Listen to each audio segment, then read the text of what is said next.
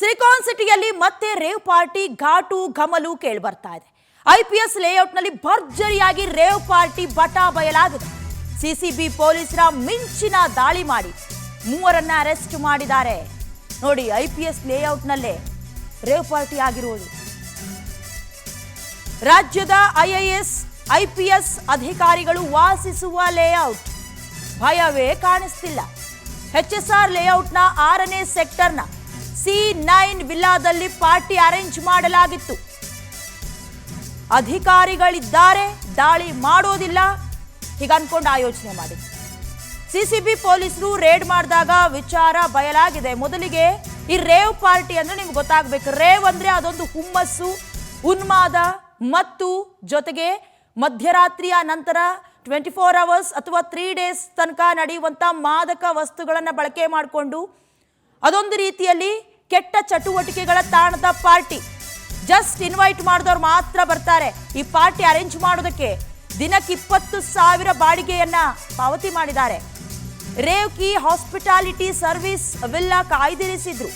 House party ಹೆಸರಿನಲ್ಲಿ WhatsApp group create ಮಾಡಿದ್ರು. ಇನ್ನು ಆಮಿಗೋಸ್ ಆಪ್ ಮೂಲಕ ಯುವಕ ಹಾಗೆ ಯುವತಿಯರಿಗೆ ಆಹ್ವಾನ ಕೊಟ್ಟಿದ್ರು. ಯುವಕರಿಗಾದ್ರೆ 1099, ಯುವತಿಯರಿಗೆ ಜಸ್ಟ್ 499 ರೂಪೀಸ್ ಶುಲ್ಕವನ್ನ ನಿಗದಿ ಮಾಡಿದ್ರು. ವೀಕೆಂಡ್ನಲ್ಲಿ ಮದ್ಯ, ಹುಕ್ಕ, ಮೋಜು, ಮಸ್ತಿ ಎಲ್ಲದಕ್ಕೂ ಅವಕಾಶವನ್ನ ಕೂಡ ಕೊಟ್ಟಿದ್ರು.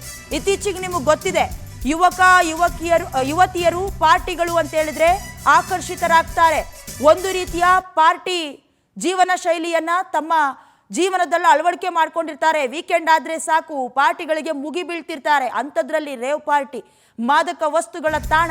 ಇದಕ್ಕೆ ಅಮಾಗೋ ಅನ್ನುವಂಥ ಆ್ಯಪ್ನ ಯೂಸ್ ಮಾಡಿಕೊಂಡು ಸೆಳೆದಿರೋದು. ಪಾರ್ಟಿ ಆಯೋಜನೆ ಮಾಡಿದ್ದ ಮೂವರನ್ನ ಸಿಸಿಬಿ ಅರೆಸ್ಟ್ ಮಾಡಿದ್ದಾರೆ. ದೀಕ್ಷಿತ್, ವೇದಾಂತ್, ಪಂಡಿತ್, ಶಂಕರ್ ಇವರನ್ನ ಅರೆಸ್ಟ್ ಮಾಡಿ ತನಿಖೆ ಆಗ್ತಾ ಇದೆ.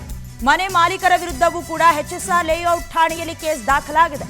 ದೊಡ್ಡ ಪಾರ್ಟಿ ಬಗ್ಗೆ ಪೊಲೀಸರಿಗೆ ಮಾಹಿತಿಯೇ ಇರಲಿಲ್ವಾ? ಹಾಗಾದ್ರೆ ಸಿಸಿಬಿ ಅಧಿಕಾರಿಗಳು ದಾಳಿ ಮಾಡೋವರೆಗೂ ಗೊತ್ತಾಗ್ಲಿಲ್ವಾ ಅನ್ನುವಂತಹ ಪ್ರಶ್ನೆ. ಎಲ್ಲೋ ಅಕ್ರಮ ಚಟುವಟಿಕೆ ಆಗ್ತಿದೆ, ಎಲ್ಲೋ ಗಾಂಜಾ ಗಮಲು ಬರ್ತಾ ಇದೆ ಅಂತ ಎಚ್ಚೆತ್ತುಕೊಳ್ಳುವ ಪೊಲೀಸರು ತಮ್ಮ ಲೇಔಟ್ನಲ್ಲೇ ಆಗ್ತಾ ಇರುವಂತಹ ಈ ಅನೈತಿಕ ಅಥವಾ ಈ ಅಕ್ರಮ ಚಟುವಟಿಕೆಗಳು ಗೊತ್ತಾಗೋದಿಲ್ವಾ ಅಂತ ಪ್ರಶ್ನೆಗಳು, ಅನುಮಾನಗಳು ಕಾಡ್ತಾ ಇರುವುದು. ಇನ್ನು ಇದೇ ವಿಚಾರಕ್ಕೆ ಸಂಬಂಧಪಟ್ಟ ಹಾಗೆ ಹೆಚ್ಚಿನ ಡೀಟೇಲ್ಸ್ ಅನ್ನ ಲೈವ್ನ ಮೂಲಕ ಕೊಡ್ತಾರೆ ನಮ್ಮ ಪ್ರತಿನಿಧಿ ವೆಂಕಟೇಶ್. ರೇವ್ ಪಾರ್ಟಿ ನಮ್ಮ ಸಿಲಿಕಾನ್ ಸಿಟಿಯಲ್ಲಿ ಆಗಾಗ ಮುನ್ನೆಲೆಗೆ ಬರುತ್ತೆ. ನಮಗೆ ಬಹಳ ಅಚ್ಚುಕಟ್ಟಾಗಿ ಗೊತ್ತಾಗುತ್ತೆ ಯಾವುದಕ್ಕೂ ಬ್ರೇಕ್ ಬಿದ್ದಿಲ್ಲ ಅಂತ.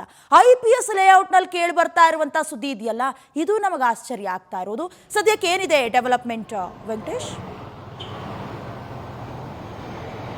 ಡಯನಾ, ಈ ಎಚ್ಎಸ್ಆರ್ ಲೇಔಟ್ನ 6ನೇ ಸೆಕ್ಟರ್ನಲ್ಲಿ ಬಹುತೇಕವಾಗಿ ಎಲ್ಲ IAS IPS ಅಧಿಕಾರಿಗಳೇ ವಾಸ ಮಾಡುವಂತಹ ಸ್ಥಳವಾಗಿರುವಂಥದ್ದು. ಇದೇ ಒಂದು ಸ್ಥಳದಲ್ಲಿ ಪೊಲೀಸರ ಗಮನಕ್ಕೆ ಮತ್ತು ಹಿರಿಯ ಅಧಿಕಾರಿಗಳ ಜ್ಞಾಪಕಕ್ಕೆ ಬರೆದಿರೆ ಅವರ ಗಮನಕ್ಕೆ ಬರದೇನೆ ಪ್ರತಿನಿತ್ಯ ಕೂಡ ರೇವ್ ಪಾರ್ಟಿಯನ್ನು ಆಯೋಜನೆ ಮಾಡ್ತಾ ಇದ್ರು ಅನ್ನುವಂತಹ ಆಘಾತಕಾರಿ ವಿಚಾರ ಕೂಡ ಹೊರಗಡೆ ಬಂದಿರುವಂತದ್ದು. ಸದ್ಯ ಈಗ ಈ ರೇವ್ ಕಿ ಹಾಸ್ಪಿಟಾಲಿಟಿ ಎನ್ನುವಂತಹ ಸರ್ವಿಸ್ ಒಂದು ವಿಲ್ಲಾವನ್ನ ಬಾಡಿಗೆಗೆ ಪಡೆದು ದಿನಕ್ಕೆ 20,000 ರೂಪಾಯಿ ಬಾಡಿಗೆಯನ್ನ ಪಾವತಿಯನ್ನ ಮಾಡ್ತಾ ಇದ್ರು. ಅಲ್ಲಿಗೆ ಈ ಯುವತಿಯರನ್ನ ಯಾವ ರೀತಿಯಾಗಿ ಆಹ್ವಾನ ಮಾಡ್ತಾ ಇದ್ರು ಅಂತ ಹೇಳಿದ್ರೆ, ಈ ಅಮಿಗೋ ಅನ್ನುವಂತ ಒಂದು ಆಪ್ ನ ಮೂಲಕ ಒಂದು ವಾಟ್ಸ್ಆಪ್ ಗ್ರೂಪ್ ಅನ್ನ ಕ್ರಿಯೇಟ್ ಮಾಡ್ತಾ ಇದ್ರು. ಅಂದ್ರೆ ಈ ಪಾರ್ಟಿ ಹೌಸ್ ಅನ್ನುವಂತಹ ಒಂದು ಗ್ರೂಪ್ ಅನ್ನ ಕ್ರಿಯೇಟ್ ಮಾಡಿ ಅದರಲ್ಲಿ ಯುವತಿಯರಿಗೆ ಆಹ್ವಾನ ಕೊಡ್ತಾ ಇದ್ರು. ಅದರಲ್ಲಿ ಯುವಕರಿಗೆ 1099 ರೂಪಾಯಿ ಆದ್ರೆ ಯುವತಿಯರಿಗೆ 499 ರೂಪೀಸ್ ಕೂಡ ಚಾರ್ಜ್ ಕೊಡ್ತಾ ಇದ್ರು ಒಳಗಡೆ ಹೋಗೋದಕ್ಕೆ. ಹೋದ ನಂತರ ಕೂಡ ಅವರಿಗೆ ಮದ್ಯಪಾನ, ಹುಕ್ಕ, ಡ್ಯಾನ್ಸ್ ಸೇರಂತೆ ಬಹುತೇಕ ಎಲ್ಲ ಅಕ್ರಮ ಚಟುವಟಿಕೆಗಳು ಮಾಡೋದಕ್ಕೂ ಕೂಡ ಅವಕಾಶಗಳನ್ನ ಮಾಡಿಕೊಡ್ತಾ ಇದ್ರು. ಇದ್ರ ಗಮನ ಕೂಡ ಸ್ಥಳೀಯ ಪೊಲೀಸರಿಗೆ ಇರಲಿಲ್ವ ಅನ್ನುವಂಥ ಮಾಹಿತಿ ಕೂಡ ಲಭ್ಯ ಆಗ್ತಾ ಇರುವಂತದ್ದು. ಸಿಸಿಬಿ ಅಧಿಕಾರಿಗಳಿಗೆ ಸಿಕ್ಕಂತಹ ಒಂದು ಖಚಿತ ಮಾಹಿತಿ ಆಧಾರದ ಮೇಲೆ ಕೂಡ ದಾಳಿ ಮಾಡಿದಂತಹ ಸಂದರ್ಭದಲ್ಲಿ ಎಲ್ಲ ವಸ್ತುಗಳನ್ನು ಬಹುತೇಕ ಕೆಲವೊಂದು ವಸ್ತುಗಳು ಅಂದ್ರೆ ಈ ಹುಕ್ಕ ಆಗಿರಬಹುದು, ಮದ್ಯಪಾನ ಹಾಗೂ ಈ ಧೂಮಪಾನಕ್ಕೆ ಬಳಸ್ತಾ ಇದ್ದಂತ ಕೆಲವು ವಸ್ತುಗಳು, ಸಿಗರೆಟ್ಗಳನ್ನು ಕೂಡ ವಶಕ್ಕೆ ಪಡೆದುಕೊಂಡಿದ್ದಾರೆ. ಅದರಲ್ಲಿ ವೇದಾಂತ್, ದೀಕ್ಷಿತ್ ಸೇರಿದಂತೆ ಶಂಕರ್ ಹಾಗೂ ಈ ವಿಲ್ಲಾ ಮಾಲೀಕ ಏನಿದ್ದಾರೆ ಅವರ 4 ಜನರ ವಿರುದ್ಧ ಒಂದು ಪ್ರಕರಣವನ್ನು ದಾಖಲಿಸಿಕೊಂಡು ತನಿಖೆಯನ್ನು ಮಾಡ್ತಾ ಇರುವಂತಹದ್ದು. ಪ್ರತಿನಿತ್ಯ ಕೂಡ ಈ ಒಂದು ಏರಿಯಾದಲ್ಲಿ ಪೊಲೀಸರು ಬೀಟ್ ಮಾಡ್ತಾನೆ ಇರ್ತಾರೆ. ಆದ್ರೆ ಅವ್ರ ಯಾರ ಗಮನಕ್ಕೂ ಕೂಡ ಇದು ಬರ್ಲಿಲ್ವಾ ಅಥವಾ ಹಿರಿಯ ಅಧಿಕಾರಿಗಳ ಕೃಪಾ ಕಟಾಕ್ಷದಿಂದ ಈ ಒಂದು ಪಾರ್ಟಿ ಆಯೋಜನೆ ಮಾಡಿತಾ ಅನ್ನುವಂಥದ್ದು ಕೂಡ ಸದ್ಯ ತಿಳಿದು ಬರಬೇಕಾಗಿರುವಂತದ್ದು. ಸದ್ಯ ಪೊಲೀಸರು ಕೂಡ ಪ್ರಕರಣವನ್ನು ದಾಖಲಿಸಿಕೊಂಡಿದ್ದಾರೆ. ಈಗ ತನಿಖೆಯನ್ನ ಮುಂದುವರಿಸ್ತಾ ಇರುವಂತದ್ದು. ಎಷ್ಟು ವರ್ಷಗಳಿಂದ ಕೂಡ ಈ ಒಂದು ರೇವ್ ಪಾರ್ಟಿಯನ್ನು ಆಯೋಜನೆ ಮಾಡ್ತಾ ಇದ್ರು ಅನ್ನೋದು ಕೂಡ ತಿಳಿದು ಬರಬೇಕು. ಕೇವಲ ಈ ಯುವತಿಯರೇ ಬರ್ತಾ ಇದ್ರೆ ಅಥವಾ ಸ್ಯಾಂಡಲ್ವುಡ್ ಸೇರಿದಂತೆ ಕೆಲವೊಂದು ಬೇರೆ ಕ್ಷೇತ್ರದ ಜನರು ಕೂಡ ಇಲ್ಲಿಗೆ ಬರ್ತಾ ಇದ್ರೆ ಅನ್ನುವಂತಹ ವಿಚಾರಗಳು ಕೂಡ ಸದ್ಯ ತಿಳಿದು ಬರಬೇಕಾಗಿರುವಂತಹದ್ದು. ಡಯನಾ, ಥ್ಯಾಂಕ್ ಯು ವೆಂಕಟೇಶ್ ನಿಮ್ಮೆಲ್ಲ ಡೀಟೇಲ್ಸ್ಗಾಗಿ.